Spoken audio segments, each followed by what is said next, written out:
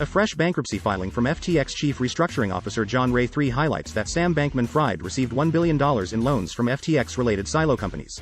Former FTX CEO Sam Bankman-Fried received a $1 billion personal loan from one of 4 silo companies deeply involved in the collapse of the FTX cryptocurrency exchange.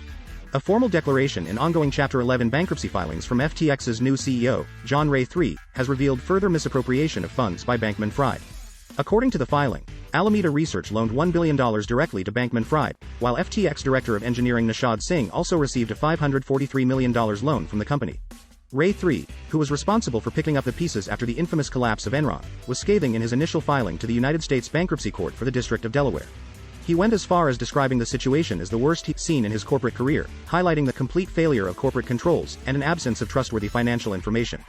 The Chapter 11 filing will look to implement controls on accounting, auditing, cybersecurity, human resources, data protection and other systems to 4 groups of businesses associated with FTX's corporate organization. 4 silos made up FTX Group. Ray III identifies 4 silos, which include a host of different businesses that make up the FTX Group. The WRS silo includes subsidiaries of West Realm Shires Inc., which features FTX US, LedgerX, FTX US Derivatives, FTX US Capital Markets and Embed Clearing. Alameda Research is a standalone silo in the filing with its own subsidiaries, while Clifton Bay Investments LLC and Limited, Island Bay Ventures Inc. and debtor FTX Ventures Limited fall under the Ventures silo.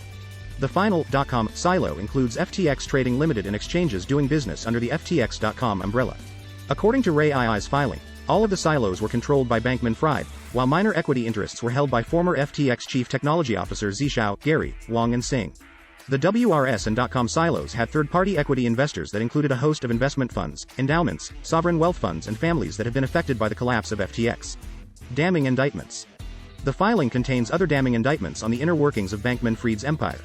The wider FTX Group did not maintain centralized control of its cash, failed to keep accurate bank account lists and paid insufficient attention to the creditworthiness of banking partners. Ray III also notes that the WRS silo was the only arm to have undertaken a reliable audit with a noteworthy accounting firm. He expresses concern with the audited financial statements of the .com silo, while failing to find any audited financial statements for the Alameda and Ventures silos. The disbursement of funds was also highly dysfunctional, according to the filing. Ray III also notes that corporate funds were used to purchase homes and personal items for employees and advisors, with a lack of documentation for transactions including loans. Crypto custody in disarray. The custody of cryptocurrency assets was also in disarray, according to the Chapter 11 filing, with inadequate records or security controls in place for FTX Group's digital assets. Bankman-Fried and Wang controlled access to the cryptocurrency holdings of the main businesses within the group. Ray III outlines unacceptable practices that included using an unsecured group email account to access confidential private keys and critically sensitive data for the global network of companies. The group also failed to carry out daily reconciliation of cryptocurrency holdings and used software to conceal the misuse of customer funds. This also allowed the secret exemption of Alameda from certain aspects of FTX.com's auto liquidation protocol. Perhaps most telling is the fact that the debtors carrying out bankruptcy proceedings have only secured a fraction of the digital assets they had hoped to recover.